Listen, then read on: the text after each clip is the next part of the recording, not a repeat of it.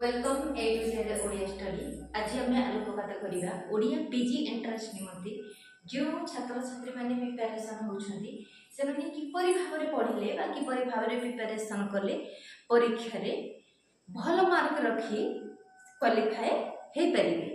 तेरे चलो आलोचना करवा ओडिया पीजी एंट्रांस को क्रैक करने को पाने सबुठ भल बही जदि कहुए सुरेंद्र महाराणा ओडिया साहित्यर इतिहास तुम्हें माने जदि से बही टी फॉलो कर ताहेले तुम्हें माने निहाती भाव में क्वालिफाए करि परिबो। तेबे चलो आलोचना करिबा। प्राथमिक पर्यायर देखा जाइछि जे प्रकृत रे जेते बेले ओडिया साहित्यर जुग विभाजन हला से समय रे प्रथमतः प्राक सारला तापर सारला जुग तापर आपण माने जानथि पंचसखा जुग तापर होची रीति जुग तापर होची आधुनिक जुग एवं प्राक सारला जुग को मध्य विभिन्न अंश रे विभक्त कर दिया जायछि।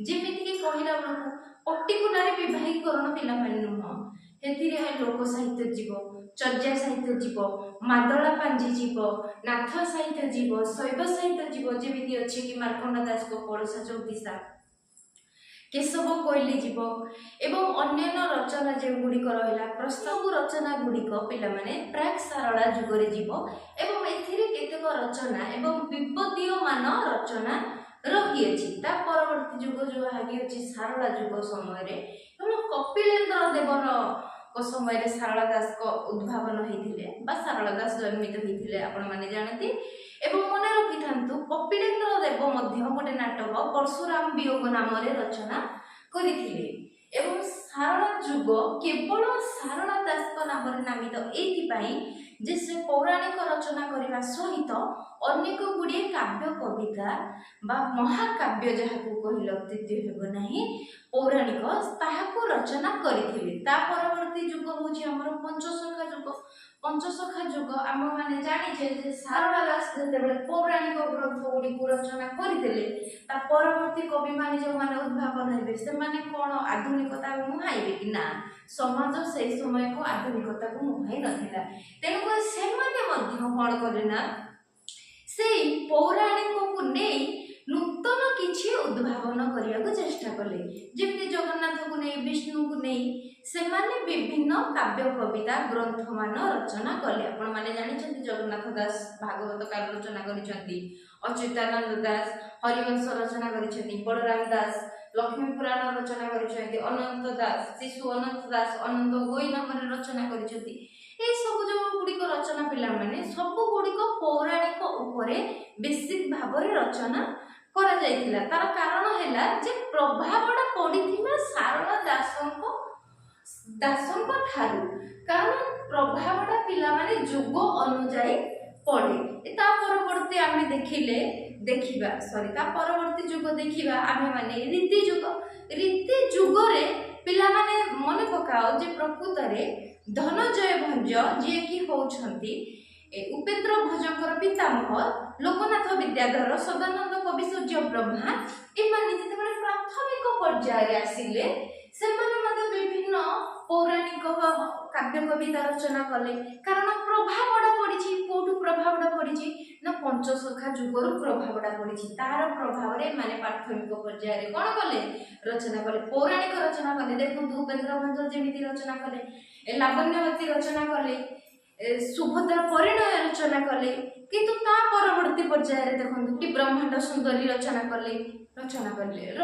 करबा सहित ए सब रचना करि सारिबा परे जेतेबेले धीरे धीरे उपेन्द्र भंज कहले ना मु किछि नूतनतार उद्भावन करिबी जो द्वारा कि जहाँ भी पौराणिक अछि मु पौराणिक केवल रचना करिबी नहीं। तेणु करी ताहाकु से परित्याग करी कोन कले ना निजे किछि आधुनिक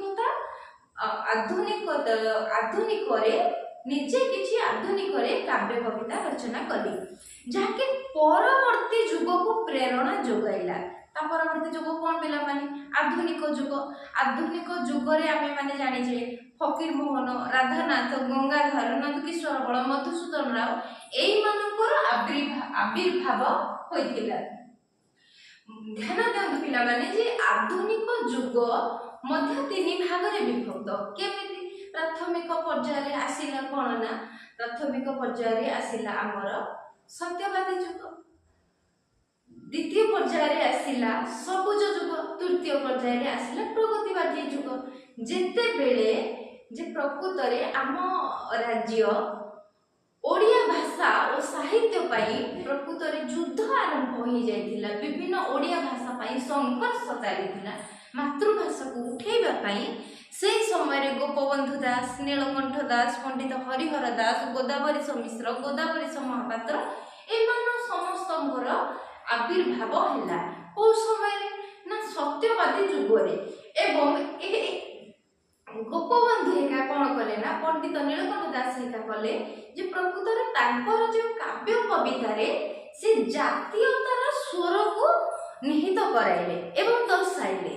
तांको परवर्ती युग जो माने सबुज दल बा सबुज युग नाम रे परिचित हेतिले, देखंतु शरतचंद्र, कालिंदी चरण पाणिग्राही, अन्नदा शंकर राय, शरतचंद्र, हरिहर महापात्र। आपण माने जानि छथि सबुज युगर मुखपत्र नाम रे जो गुटे आसुथिला अवकाश लास्ट रे ह लागिले जे कि हरिहर महापात्र आसिले। ए पत्रिका डी नाम मो पिला माने मने रखि थांतु अवकाश ह और होचने अनंत शंकर राय, बोरे वैकुंठनाथ पटनायक, कारे होचति कालिंदी चरण पाणिग्राही, सरे होचति शरतचंद्र मुखासी, हरे होचति हरिहर महापात्र। एमाने कोन कले ना बंगला रे जो कल्लोल गोष्ठीटी सृष्टि हेतिला तार प्रभाव रे केतक ओडिया युवक विभिन्न प्रेमालाप काव्य कविता मान रचना कले। रचना करिबा परे एमाने सबुज युग नाम रे गोटे युग बोली परिणत करिदेले एवं किछि किछि आलोचक मध्ये कहନ୍ତି एहा सबुज युग नुह, प्रकृत रे एहा युगाभास मात्र। ता परवर्ती युग पिला माने प्रगतिवादी युग। प्रगतिवादी युगर किपरि आविर्भाव होला जे जेतेबेले एमाने पूरा दृढ़ निश्चित भाव रे रहि गले जे सबुज युग रे केवल प्रेमालाप काव्य कविता लिखि इयाडे लोक माने भासी गलेनी, इयाडे ओडिया भाषा देश विदेश आड़े को गलानी, लोक मान दुख चित्र नाही किछि भी नाही। से समय रे कोन हिला ना जो माने प्रगतिवादी को उत्पन्न करबा को जेमिति अनंत पटनायक, सची राउतराय, रघुनाथ दास ए माने कोन कले ना केवल प्रगतिवादी उपरे काव्य कविता रचना कले। एवं आधुनिक पर्याय रे पिला माने आउ तीनोटी धारा देखंतु। फकीर मोहनकर आविर्भाव होइतिला से समय रे से गद्य रे केवल लेखि गले पिला माने। गद्य रे तांकर विभिन्न उपन्यास, गल्प से साहित्य रे विकास होई गला। ए पर्यंत मन रखिथांतु उपेंद्र भंजक पर्यंत अर्थात रीति युग पर्यंत आदौ भी केही गद्य रे रचना करि नथिले, जेहेतु केतेक छाप मात्र थिला किंतु ता संपूर्ण रूपे गद्य रे केही लेखि नथिले। तो माने जानि जो प्रथम प्रबंध होजी विवेकी राधानाथ रायकर। तापरे पिला माने पद्य रे केवल लेखि गले कि लेखि गले मधुसूदन राव, राधानाथ राय, गंगाधर मेहेर, नंदकिशोर बड़ ए माने कोन करे ना पद्य साहित्य को उन्नत स्तर को पिला माने नै गले।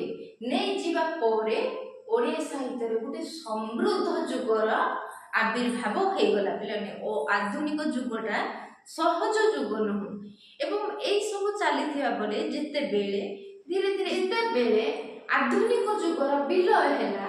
सेई समय आमे माने जानि छे ए विभिन्न नूतन नूतन कवि मानकर आविर्भाव हैला, जेमिति रमाकांत राथ, सौभाग्य कुमार मिश्र, दीपक मिश्र, भानुजी राव ए माने कवि माने जो माने आविर्भाव हेले सेमानक संपर्क रे हम माने आलोचना करिबा एवं पढिबा। एवं आजिर क्लासटा केमिति लागिला मते निहति कमेंट बॉक्स रे जणाइबे। एवं ओडिया पीजी एंट्रेंस निमंते आमे माने गोटे गोटे लाइव क्लास करी आलोचना करिबा।